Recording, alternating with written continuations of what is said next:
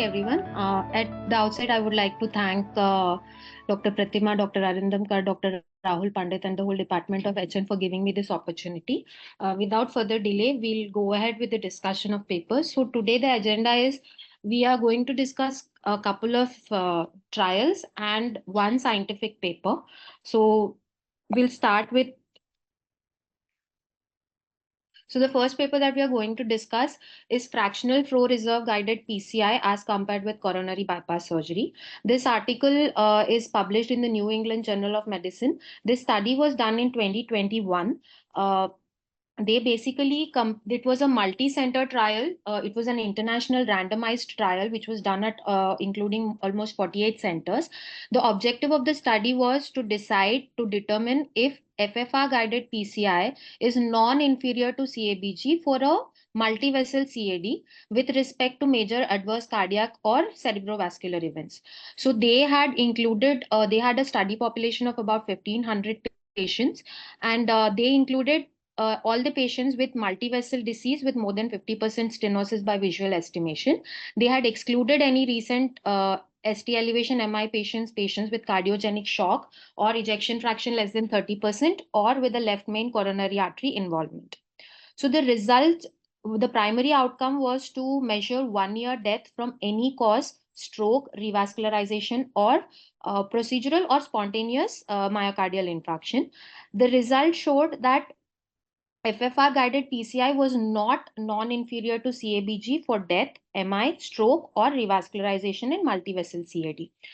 The percentage of events was noted to be around 6.9 in CABG group as opposed to 10.6% in the PCI group. Though the CABG group had longer hospital stays, major bleeding complications, arrhythmias, AKI, and need for rehospitalization within 30 days. The limitation of the study that they had mentioned was the short duration of follow-up, which was only 12 months. So following this, in 2023, in the Circulation Journal of AHA, they released a 3-year follow-up study of the FAME-3 trial. At 3 years follow-up, what they noticed was there was no difference in the incidence of composite of death, MI, or stroke after FFR guided PCI with current generation drug eluting stents as compared to CABG. But however, there was a higher incidence of MI after PCI compared with CABG with no difference in death or stroke. So this study provides us data to allow a better shared decision making between the physicians and the patients who have multi-vessel coronary disease without left main coronary artery involvement. Now, going ahead with this, I would like Dr. Haresh Mehta sir to show some knowledge regarding FFR guided PCI. Hi. Haresh Mehta sir? Yes. So FFR is basically the difference between pressure gradient distal to the narrowing and proximal to the narrowing, as you can see in the diagram. So you have a narrowing in the middle, and the sensor of the wire is distal to it. So it measures the pressure distal and proximal and takes the ratio. So if the gradient is more than 0.8, it clearly tells us that this lesion is not significant. Hemodynamically, this is significant and unlikely to cause any ischemia and can be left alone. 0.75 to 0.8 ratio is a gray zone where we can go as per symptoms and other uh, echo findings to decide whether we should stent or not. And less than 0.7 definitely needs a revascularization. So this is how it is decided to decide which patient will undergo an angioplasty based on FFR. Yes, so Harish, with regards to how frequently do you all use this FFR to guide yourselves when you all are planning to do a plasty, and how frequent is it and how often it is used? So it is not very frequent because most I think you're mute. No, I'm not mute. Can you hear me? Can you hear me now? Yes. Okay. Yes. Yeah. So we don't use it frequently because most of the patients we deal with nowadays are acute coronary syndromes or unstable angina, where we have clear reasons to go and treat the intended lesion.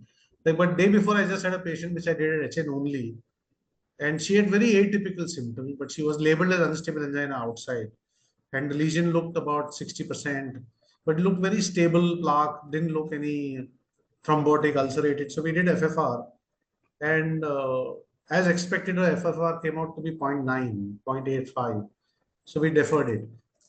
So it's not commonly done, but it should be done to make a very clear and correct decision for the patient. And if FFR is negative, even grafts will not last. So if you stent or graft a vessel with a high FFR, then even the grafts will close down. Okay.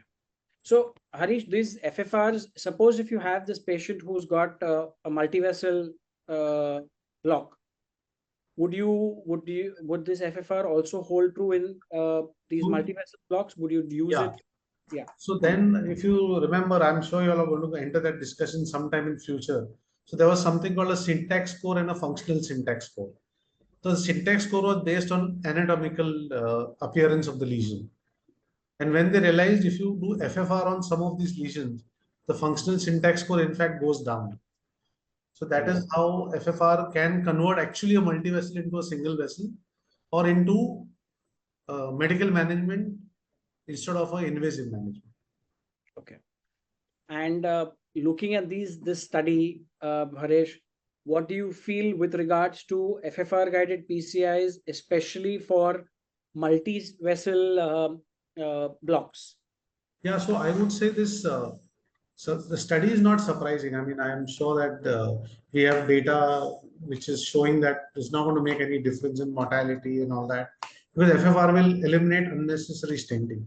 Most of the problem of unnecessary stenting has been repeat revascularizations. That means they come back for repeat procedures, and of now we are showing more MIs. But again, the reason of these more MIs have been one, if you do too many stents, then you are increasing the risk of thrombosis. And the second reason of these increased MIs could be that we do not cover all the stenosis, whereas a surgeon goes distal to all the stenosis as far as possible. So the non-critical lesions are not covered by angioplasty. Otherwise, I'm not surprised with these results. I would still do FFR in selected patients and guide their therapy according to that. All right. I'd like to ask any of the surgeons, sir, and would you all would FFR be of any help to you all as you all are looking at any of these angio films and seeing that? Would you all be wanting the cardiologist to probably have an FFR being done in any of these cases where especially there are multi-vessel blocks? See, Mehul, can I come in? Yeah. Yes, sir, please. See, FFR makes no point after angio is done. I mean, when the surgeon is reviewing the angio before surgery, that point of time, FFR, there's no point. It's already over and done. The angio is over and done with. So FFR has a role, as rightly pointed out by Dr. Mehta, in the cath lab, when the lesion is equivocal, when you're not sure whether it is going to benefit the patient or not, then you do the FFR. And if Right. FFR is positive, then you do the angioplasty, otherwise you don't do it. So Right. actually, rightly he said very clearly that it will eliminate unnecessary angioplasty to vessels where it is not going to help. So Fair. that means that in this particular study, the PTC or PCI, what was done, were where it was required because it was FFR guided. But one must keep it in mind. It's an important study because up till now it was always thought that triple vessel disease bypass surgery is superior to PCI. But in this study, after if you FFR guided PCI, it is equal, almost equal from the outcome point of view. So I think now how many centers have FFR? That is a question which arises. Also, FFR is only to be done when there is a doubt about the lesion, and it's an expensive modality. It cannot be used for every patient. Fair enough.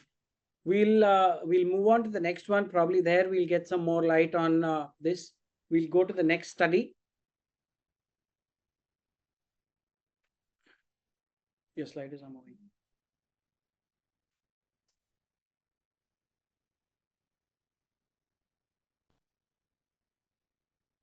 Yeah, yeah. No, no. This is yeah. So we'll go to the next paper.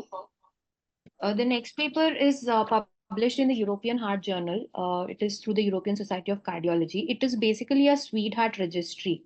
They had compared PCI or CABG for patients with left main coronary artery disease. If we remember in the FAME3 trial, one of the exclusion criteria was patients with left main coronary artery disease were excluded. So this is basically an observational study. This is not a randomized study. So in this study, CABG in patients with left main coronary artery disease was associated with lower mortality and fewer major adverse cardiac and cerebrovascular events as compared to PCI. They also did a subset analysis, subset population analysis, where they proved again that patients with diabetes definitely had a mortality benefit with CABG as compared to the PCI. So in Sweden from 2005 to 2015, almost 11,137 patients with left main coronary artery disease were registered. Out of these, 9,364 patients underwent CABG and 1,773 patients had undergone PCI. So in their study, they found that in terms of mortality or major adverse events, the patients with CABG who underwent CABG fared better with an increase in median survival by almost 2.58 years. Now, this is an observational study. This definitely had some major limitations. So we also included a pooled analysis of the 4 major randomized clinical trials which were done comparing PCI versus CABG, the pre-combat, the syntax, the Noble, and the Excel studies. So overall, even in the pooled analysis of the randomized clinical trials, though the all-cause death mortality was slightly higher in the CABG group, which was 11.5 as opposed to 10.9 in the PCI group, this was not statistically significant. But if we see the rate of myocardial infarction or the need for repeat revascularization was definitely higher in the PCI group, and the difference that was noted was statistically significant. All right. So,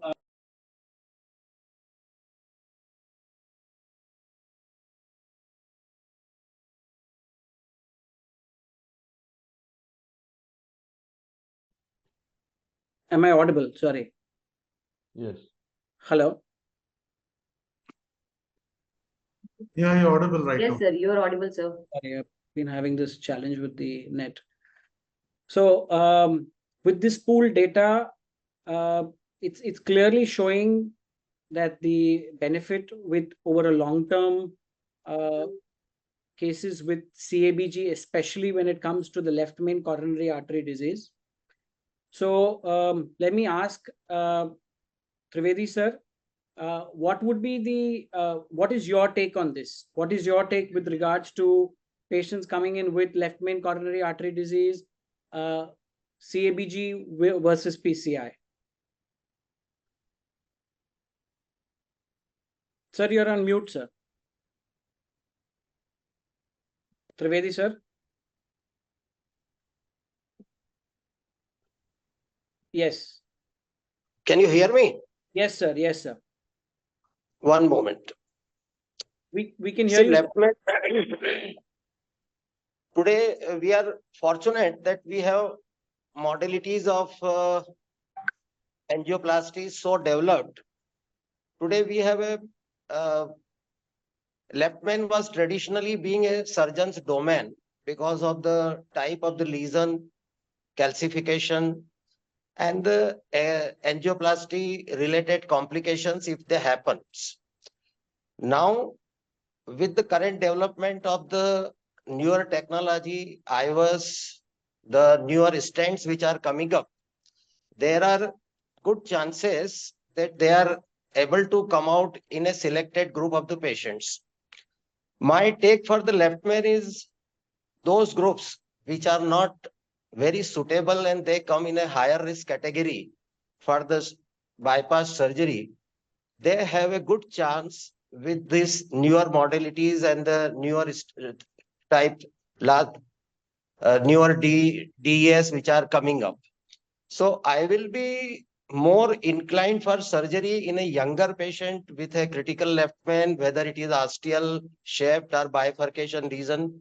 But in a patient with a high comorbidity, elderly age group, if we have this documentation that this modality can take care for a couple of years, I will more prefer in those group of the patients. Am I audible? Yes, sir. Yes, sir. Yeah. And Actually, yes, sir. I'm So unable to audible, see sir. you. You're audible. If I may get Bipin into this, Bipin.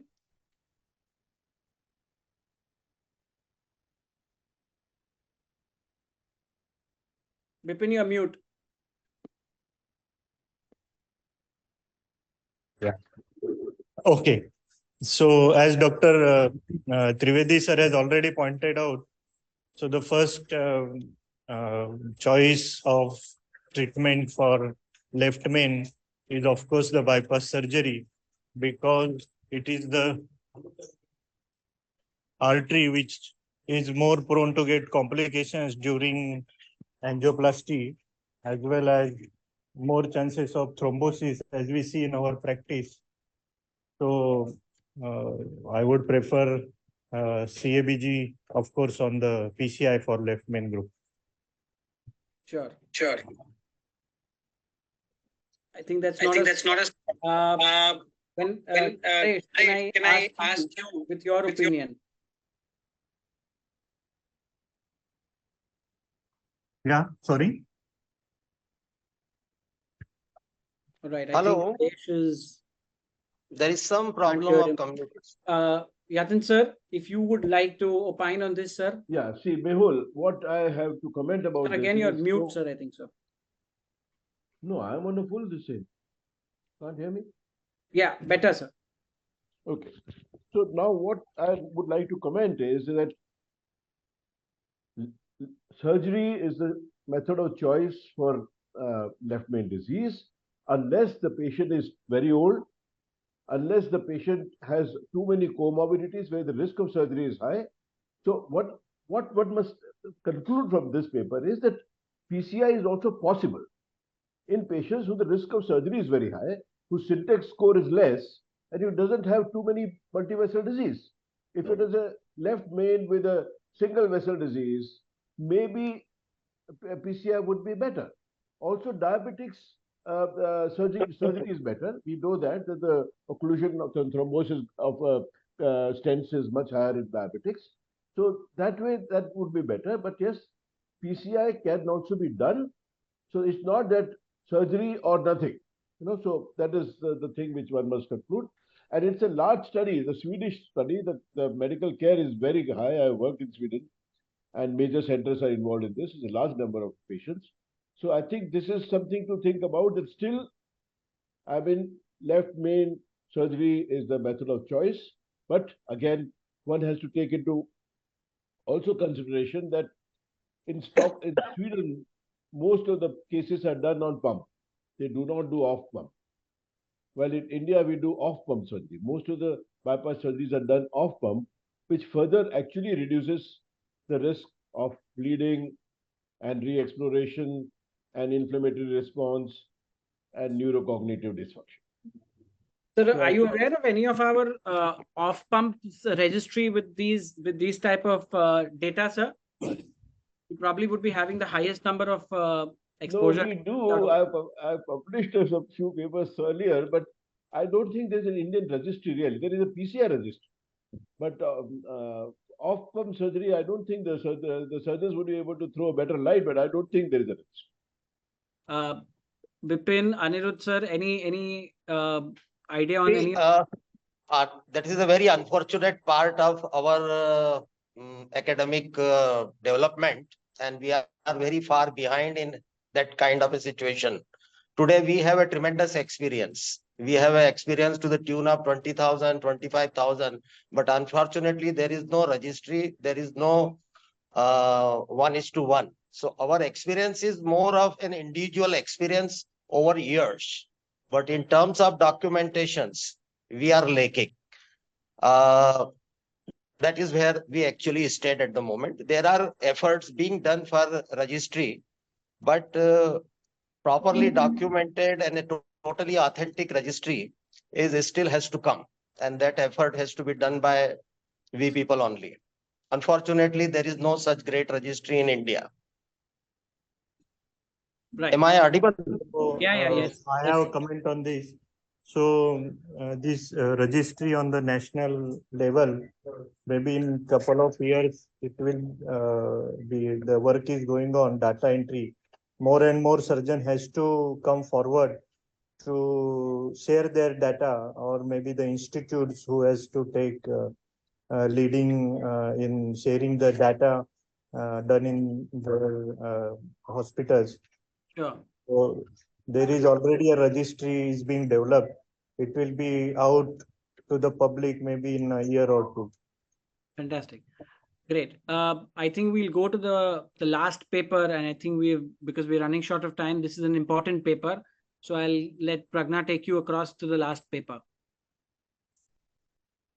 So this last paper, it's rather a scientific statement. It's not a clinical trial, but it is on a very frequently, maybe not that frequently, but faced topic in the ICU as well as for the surgeons. It's a scientific statement published by the AHA in the Circulation General regarding considerations on the management of acute postoperative ischemia after cardiac surgery. So we'll just go into some details in the theoretical part of it. So we all know that MI post CABG is defined as type 5 MI, and it is identified less than 48 hours after the index procedure. And it is arbitrarily defined as elevation of the troponin values more than 10 times of the 99th percentile of the upper limit in patients who have normal baseline troponin values. And in case if the patients already had the troponins elevated pre-procedure, or they had a stable trend of the troponin levels, then the rise must be more than 20%. However, the absolute post-procedural values still must be more than 10 times the 99th percentile. In addition to the rise in the troponin levels, there also need to be one of the following, that is either new Q pathological waves or an angiographic documented new graft occlusion or a new native coronary artery occlusion, and or imaging evidences of new loss of viable myocardium or new regional wall motion abnormality in a pattern consistent with an ischemic etiology. They have classified the causes of postoperative MI as graft related and non-graft related. Under the graft related, they have discussed about where there is accidental twisting or kinking of the graft, there is tension on the graft, probably secondary to inadequate length, or any events of dissection or anastomotic stenosis. They also included the acute thrombosis or the spasm of the vessels, as well as a competitive flow discrepancy with the native coronary artery and the graft that has been put.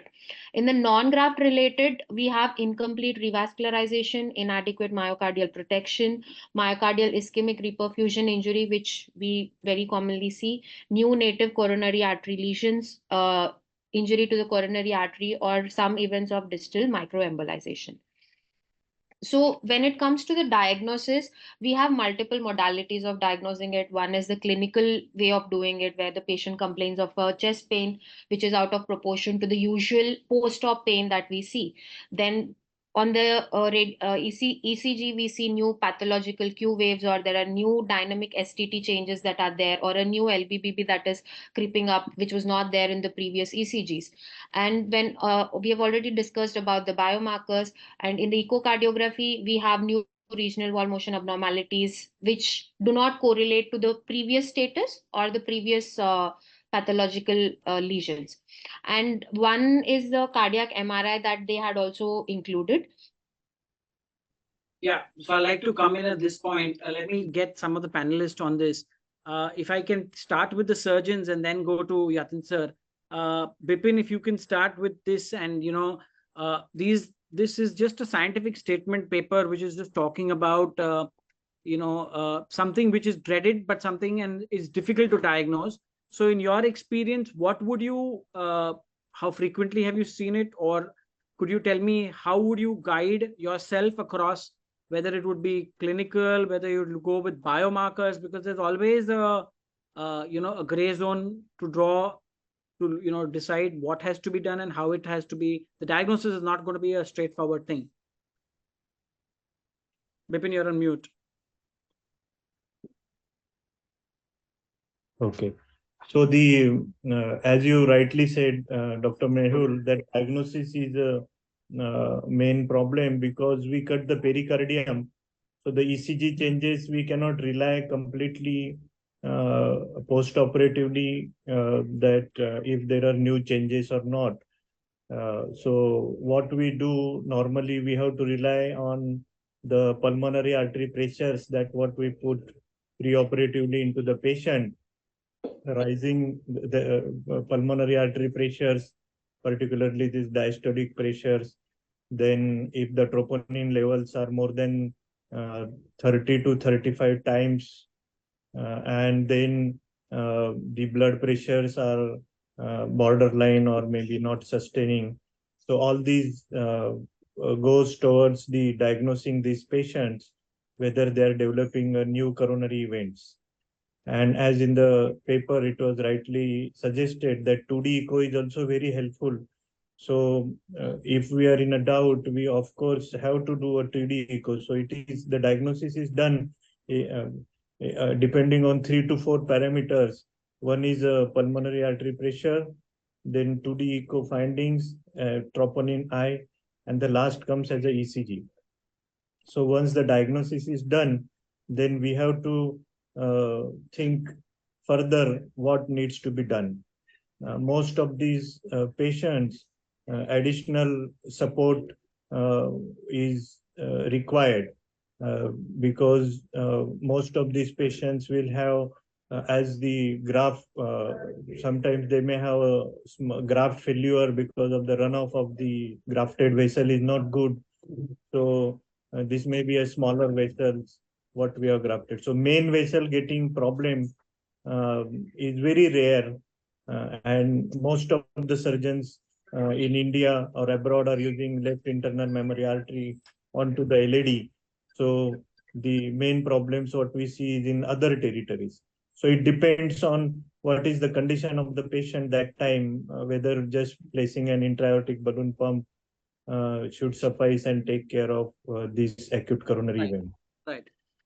Not only with CABGs, let's say with cardiac surgeries of valve, Trivedi sir, if I can ask you to draw some light with regards to some of these patients, probably they might go in for a valve surgery and they then land up, because we generally look into the coronaries prior to going for valves, and sometimes you land up these patients having problems. Or how is it going to be easy for intensivists or doctors afterwards to diagnose these MIs after the CABG? What is your take on it, sir? See, doing a wall replacement and sometime you come out with surprises. A straightforward wall surgery, sometime if it is the most common reason, if it is a calcified mitral wall and you have taken in suture left circumflex artery and then giving rise to the problem. But sometimes there are very interesting things where you are unable to find out the obvious reason. There are a couple of cases which I have witnessed where after replacing the ball, the heart is not coming out. And then we have to find out with TE that there is a hypokinesia in the right-sided territory. And then because we have to identify what is the reason, so we did an angiography and that angiography showed there is a block in the right coronary and then the right coronary was supplied. Now it was very difficult to document from where the embolus has come in the right coronary, whether there was a atherosclerotic plaque or something has ruptured while giving cardioplegia and has embolized in the right coronary. Now these are rare situations, not very commonly heard of, but at the back of the mind when your heart is not coming out, particularly after a valvular procedure, the most common thing we suspect is inadequate myocardial protection or significant LV dysfunction because of known causes. But these are the rare causes. Sometimes they should be at the back of the mind to come out of the situation, which requires immediate measures and taking care of the situation to come out safely. Right. I think I have seen Dr. Bhattacharya sir to joining us. Sir, if you would, if you can throw some light on this situation, we were trying to discuss on post CABG or post cardiac surgery myocardial infarction, and if you could share some of your experiences, would be great here, sir. So, Dr. Bhatta has not joined. Okay, all right. Yatin sir, I think the final verdict lies with you. If you could share some of your experiences. Basically, the problem being is these patients, when they come back after surgery, they have pain of sternotomy. As Bipin said, the pericardium is open. It's going to be a little difficult to understand whether in the first 12 hours, how is it going, and what are the ways in which you in your practice probably have seen this, or what would you recommend? We're aware of these guidelines which talk about the urgent need of angiography post CABG, and we heard the surgeons talking about it. But sir, would you throw any light on your experiences on this, sir? See, Mehul, the important thing in this is the surgeon should have an open mind. That when he puts graft, occasionally or rarely the graft can get occluded. There can be undergrafting. There can be technical issues. So most of the times, agreed, the chest pain is not an indicator. Equivocal ECG changes may not be very significant.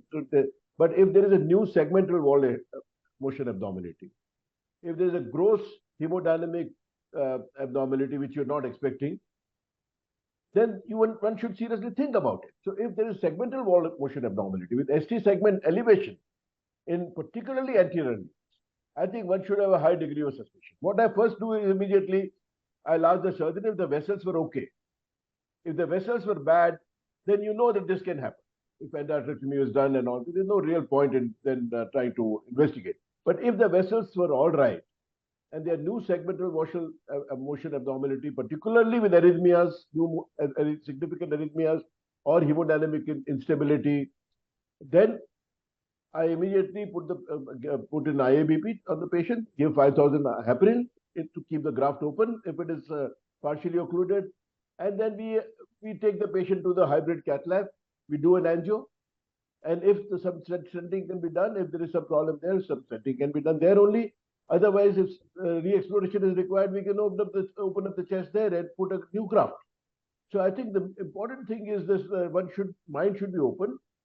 When you do more procedures, you will have less number of these complications, but you will get complications. We do about 12 to 15 cabbages every day here. So occasionally, once in 15 days, I'll find this. Now, sometimes you may leave it alone. If the patient is hemodynamically stable, there are no malignant arrhythmias, then we may leave it alone.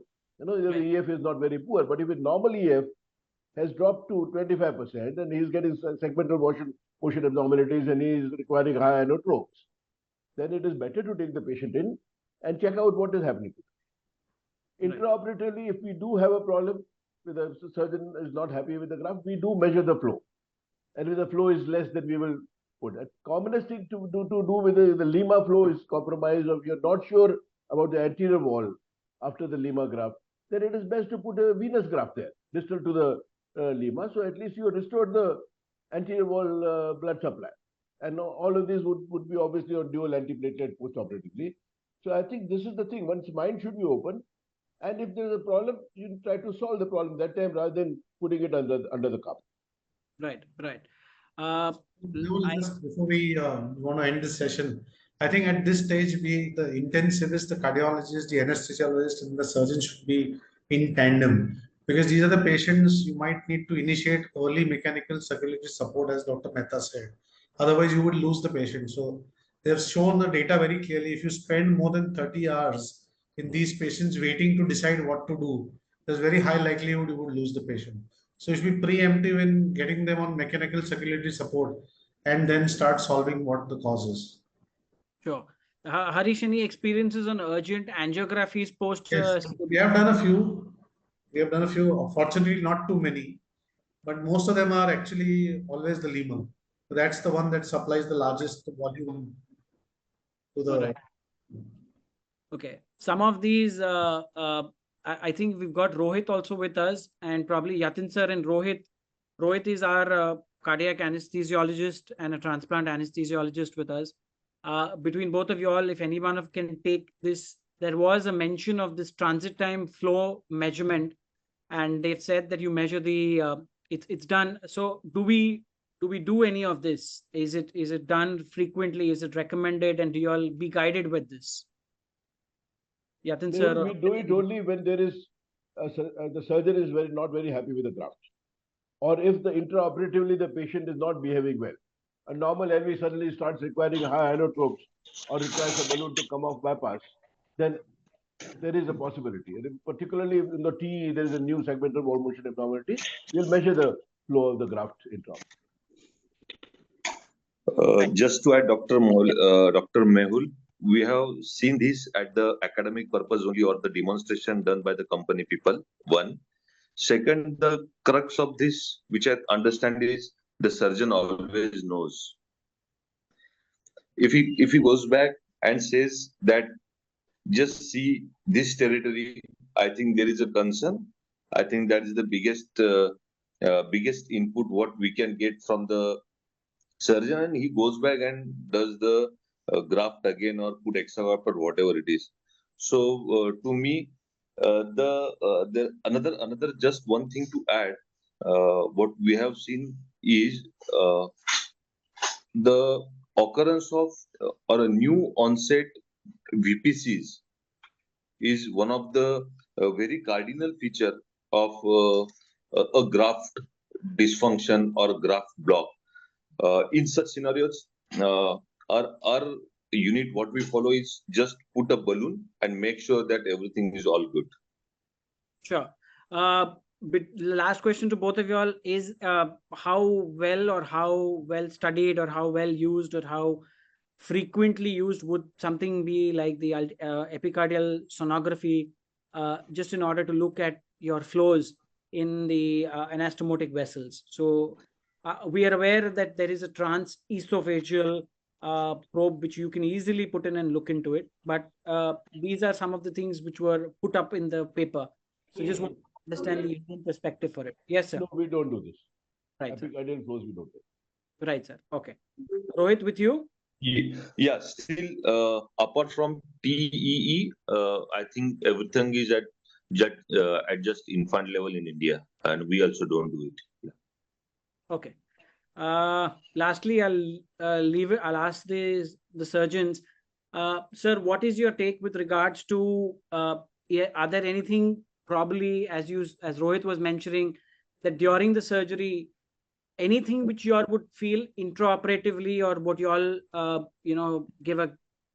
get a sixth sense that look, this is not looking good and this may not be going in the right way? Trivedi sir, Bipin. Yeah. He's very right. If you have to save the patient, surgeon has to be true to himself, because he knows what has gone wrong if something unexpected develops. And rather than blaming initially to the protamine, usually all these things happen on the table after about 30-40 minutes, when in a beating heart surgery, we are about to give the protamine. 90% time, these are little hypotension, but then you start noticing a little hypofunction of the anterior wall or the right side or something. Now it is at this juncture that he has to be extremely suspicious whether there is any wrong with the revascularization. Unless he probes and proves that his revascularization is all right, he has to start thinking of the other causes. Because if this happens, it will be a catastrophe. If it is not the most common thing, apart from the graft closure, is a zero flow in the acute infarct artery and a reperfusion injury, which will again present as a little edematous heart and give rise to a low cardiac output symptom. But that usually settles with balloon pump and certain amount of the inotropic support. But if it is a graft closure, so the idea at that moment is first blame yourself that whether the graft is dysfunctional or not. If it is all right graft, then you start working on all the other aspects and try to see that you use all inotropic support, IA, BPA and other supports, and usually 99% thing stabilizes. Now, when you are doing anastomosis in a diffusely diseased artery, you know where things can go wrong. And if the same thing happens in the patient, you be suspicious, check that graft, and rather than wasting time, put another graft beyond that. You can salvage the patient. This is my take on this issue. I first blame myself. I try to see to it that the grafts are all right, and then I start working on the other reasons. This is how Bipin, I work in this situation. Bipin, anything with you? The last comment before we end? Yeah, so regarding the transit flow measurement, so as Rohit has already mentioned, that we also had a similar machine here placed, and we used to use that, but it is not proven that the measurements what we do immediately after the grafting are accurate first thing. So it is just a academic purpose. So that's why the most of the surgeons are not using it, and we also don't use it in our hospital. Secondly, the ultrasound guided flow measurement that can be utilized because it will accurate. But again, I'd say that what Dr. Trivedi has mentioned, that we have other modalities which can tell us that something is wrong, like PA pressures are rising, pressures are not holding up. So these are more dynamic things that we can look into and correct the graphs, or if any additional graphs are required, we can do that. Thank you. I think this paper is there to stand, where intensivist-driven ventilatory management shortens the duration of mechanical ventilation with patients with cardiac surgery. And I'd like to end this session and thank everybody. Thank you.